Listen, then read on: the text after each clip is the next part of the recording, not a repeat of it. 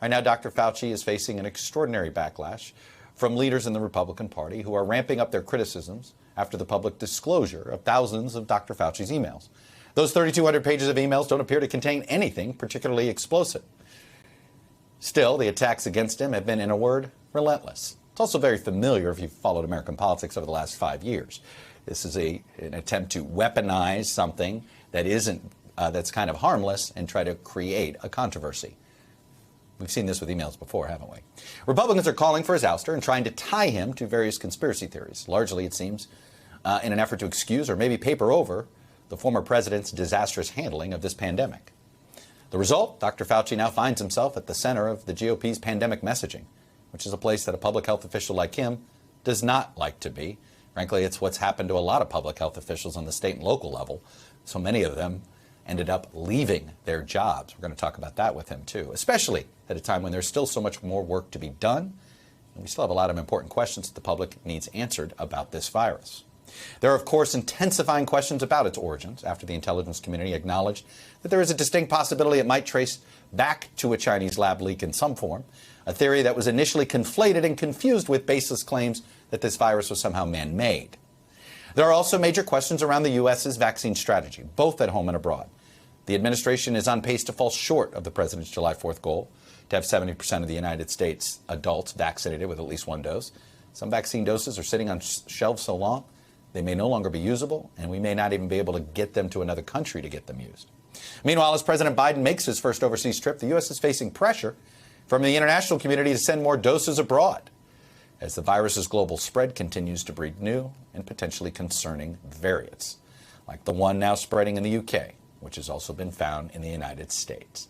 Like I said, we got a lot to discuss with Dr. Fauci, so let's dive in. Joining me now is the director of the National Institute of Allergy and Infectious Diseases and the chief medical advisor to President Biden. It's Dr. Anthony Fauci. Dr. Fauci, welcome back to Meet the Press. Thank you, Chuck. Good to be with you. I want to start with the July 4th goal and the 70% and what you think is the missing ingredient, if there is one here, to get there. You've seen that, you know, the pace of vaccinations, it's fallen back. It feels like we are literally on a door-to-door campaign. Do we have the resources and the time to go door to door to meet this goal? And how important is it to meet that goal, or is it a bit arbitrary? Well, it is important to meet it. It was when you set goals, Chuck, you do it to give yourself the impetus and the stimulus to get there. If you fall short of that, that's not the end of the game. You continue to push. And even if we do, which I hope we do, I believe we can meet the goal by July 4th of getting 70% of the adult population with at least one dose. Even if we do, we don't want to stop there. We want to continue to get as many people vaccinated as quickly as we possibly can. It's important to go all the way, as much as you possibly can. A goal is important, and we're going to try and get there. You're right, things have slowed down a bit, but that's what happens when the cohort of people who have not been vaccinated is smaller and smaller as you vaccinate more people. As you said, right, we have about 50% of the adult population is already completely vaccinated, and over 60% have had at least one dose. So we're doing very well, but we want to do even better. What's the drop? I think about, you know, we're just beginning summer, and I know people don't want me to bring up fall yet, but look, we know what the fall and winter bring, cold and flu season, and perhaps this. What is the, like, okay, we're not at 70% by the 4th of July. That's not good, but we can live with that. What is that like before the fall and winter become potentially problematic if we can't meet this 75, 80% threshold? Well, Chuck, it's important to know what you obviously know is that we have a big country and there's real disparities and differences in the percent of people who are vaccinated in different states, cities, regions.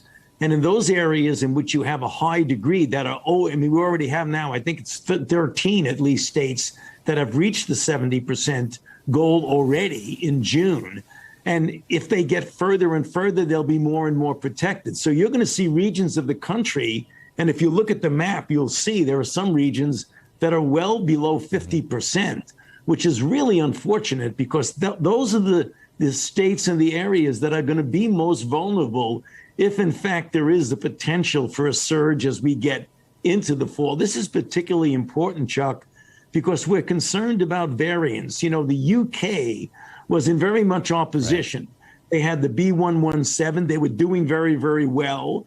And then what they're starting to see now is that the new Delta variant, the 617, that originated or was at least first recognized in India, is now becoming dominant in the UK. There's about 60%. I was speaking to their health officials the other day. It's about 60% there. Fortunately for us, the vaccines that we have available are good against the B117, a little bit of a diminution, but not much against the 617 or the Delta. So for goodness sakes, we have the tools in our hand to prevent any difficulties from occurring in September. And that's the reason why we're out there really pushing and beating the bushes and trying to get people to understand why it's so important for them to get vaccinated, not only for themselves and their own protection, for their family, but also they don't want to be a vehicle for the spread of the virus. You want to be a dead end for the virus, and that's what we're trying to get across. We're still, on any given day, 200 to 400 people are dying from this virus. It's still anywhere from 1,500 to 2,500 a week. This is not an insignificant amount of people. Who's dying? Who's getting hospitalized? Is it a different age group? Or are we seeing the same people who were vulnerable in the past being the ones hospitalized?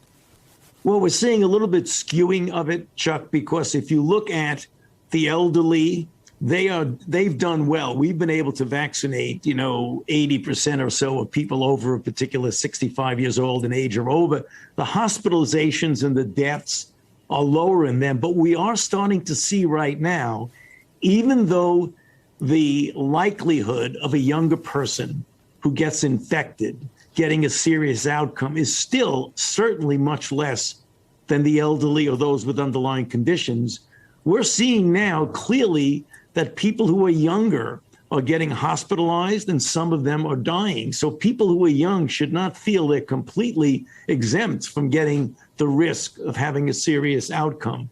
And you talk to physicians and healthcare providers who are in the trenches, in the emergency rooms and in the hospital, they're telling you they're seeing more and more young people who come in with severe disease. I want to transition a bit to the global challenge. Here's how the Foreign Affairs put it yesterday. It is time to say it out loud. The virus behind the COVID-19 pandemic is not going away. Among humans, global herd immunity, once promoted as a singular solution, is unreachable. Most countries simply don't have enough vaccines to go around, and even the lucky few with an ample supply, too many people are refusing to get the shot. As a result, the world will not reach the point where enough people are immune to stop the virus's spread before the emergence of dangerous variants. It might be 2020 all over again. Is America living in a bubble where the rest of the world is still living in a pandemic? And we're not, and how protected are we in our bubble if that's the case? Well, you make an extraordinarily important point, Chuck. Global pandemics will be solved by a global solution. You cannot live in a vacuum in this world. We're an interconnected world, particularly when you're dealing with a highly transmissible respiratory virus. We are doing well in getting people vaccinated, as we just mentioned a few moments ago. Other countries that are in the developed world are doing well in getting people, but there are many countries in the world in which the level of vaccine is so low through no fault of their own. They don't have the resources, they don't have the capability. And that's the reason why I have always been of the mindset to say that we must look at this in the context of a global solution. And I feel, and I've been this way for 40 years, since the days of HIV, when I felt we needed to get interventions in the developing world, both as a moral responsibility for those individuals in those countries who are suffering because they don't have the resources, but also for our own self-interest. Because if you have the smoldering, if not the pure outbreak of infection in other parts of the world, there's always the danger, if not the inevitable threat, that there are going to be variants that will come. Fortunately for us, we've done very, very well with our vaccines with the variants that are currently circulating. But there certainly is a possibility that there will be the emergence of a variant that would elude the protection of a vaccine. So we really do want to look very carefully at what's going on in the rest of the world and help in whatever way we can. Have you been pushing President Biden? He seems to be a bit it feels as if we've been a bit reluctant, giving excess vaccine away. There's been, and I get it, the political price.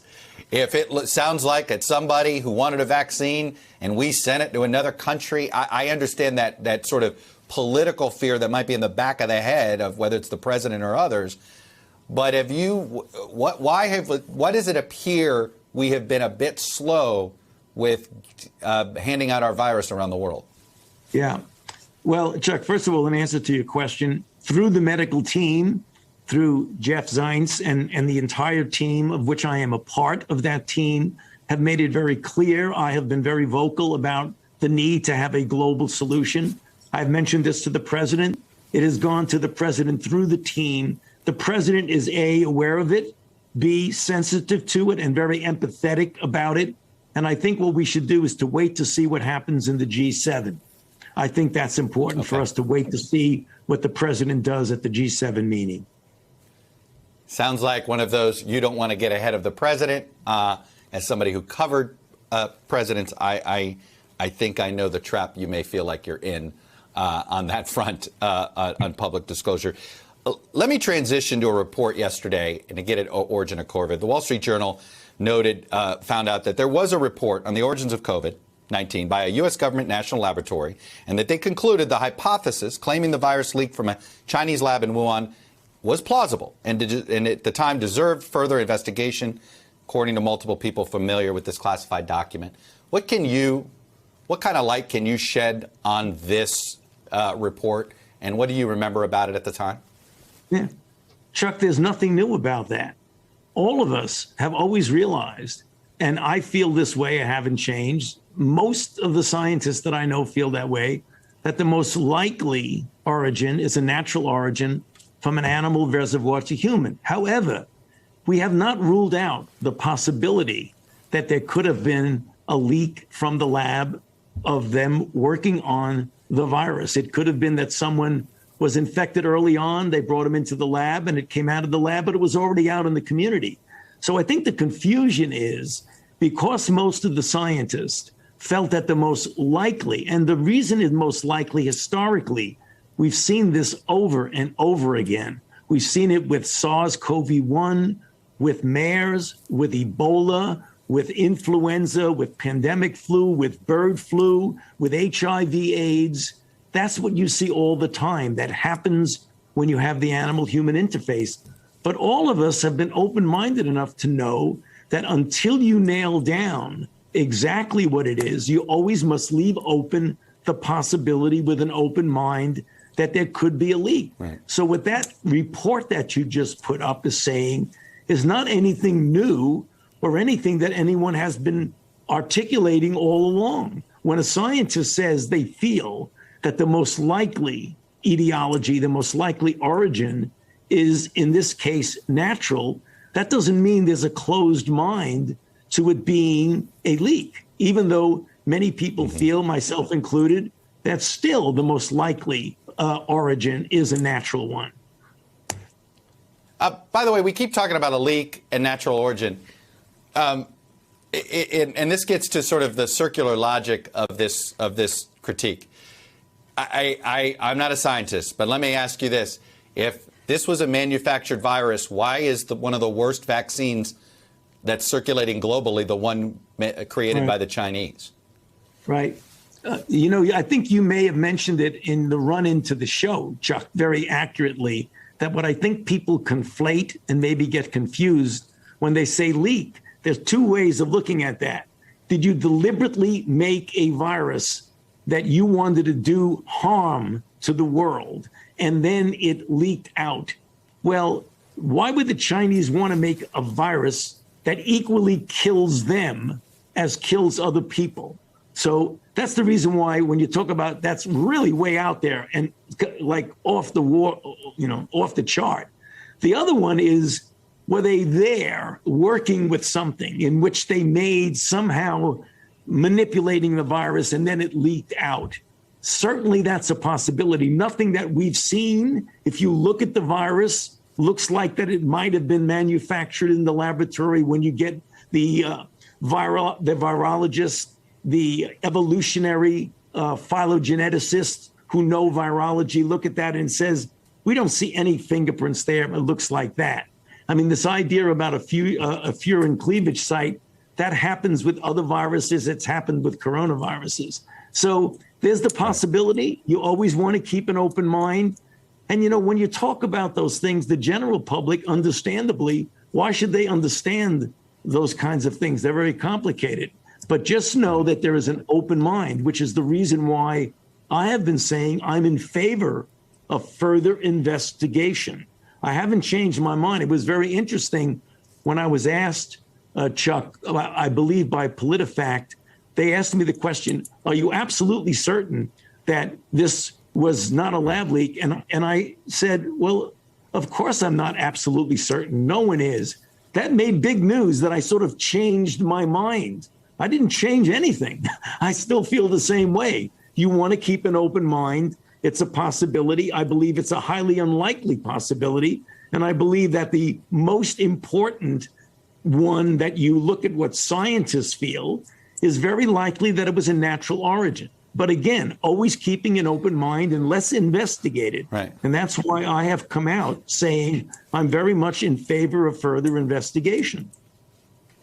What is look, you're a scientist at heart, which means all scientists have a hypothesis. What's your leading hypothesis then? Is this more of a China's covering up when they found the virus, or China's panic that it was something they were studying and it leaked out? What's the more likely scenario? Chuck, I don't want to get into that because, lately everything I say gets taken out of context, not by you, but by others. I mean, I think, it's a tough one. What could certainly have happened is that there was disease in China that, when viruses start to infect humans, they often have to adapt better. So there could have been infection going on there for a while that was undetected. And then when it adapted itself well, starting to make really very clinically apparent disease, they started to recognize that. And then they started to study it. The answer is, Chuck, I don't know what went on there. I don't.